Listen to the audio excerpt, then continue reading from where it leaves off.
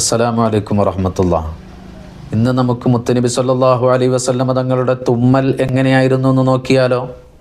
കാന റസൂലുള്ളാഹി സല്ലല്ലാഹു അലൈഹി വസല്ലമ ഇദാ അതസ വളഅ യദഹു ഔ തൗബഹു അലാ ഫീഹി.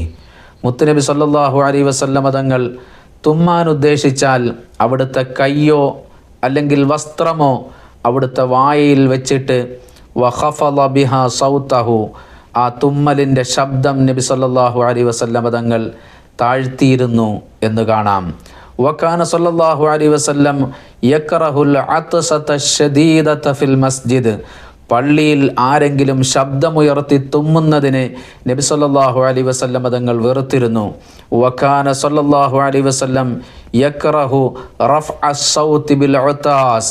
ശബ്ദമുയർത്തി പൊതുവെ തുമ്മുന്നതിനെയും നബി സല്ലല്ലാഹു അലൈഹി വസല്ലമ തങ്ങൾ വെറുത്തിരുന്നു എന്ന് കാണാം. സല്ലല്ലാഹു അലൈക യാ സയ്യിദി യാ റസൂലല്ലാഹ്.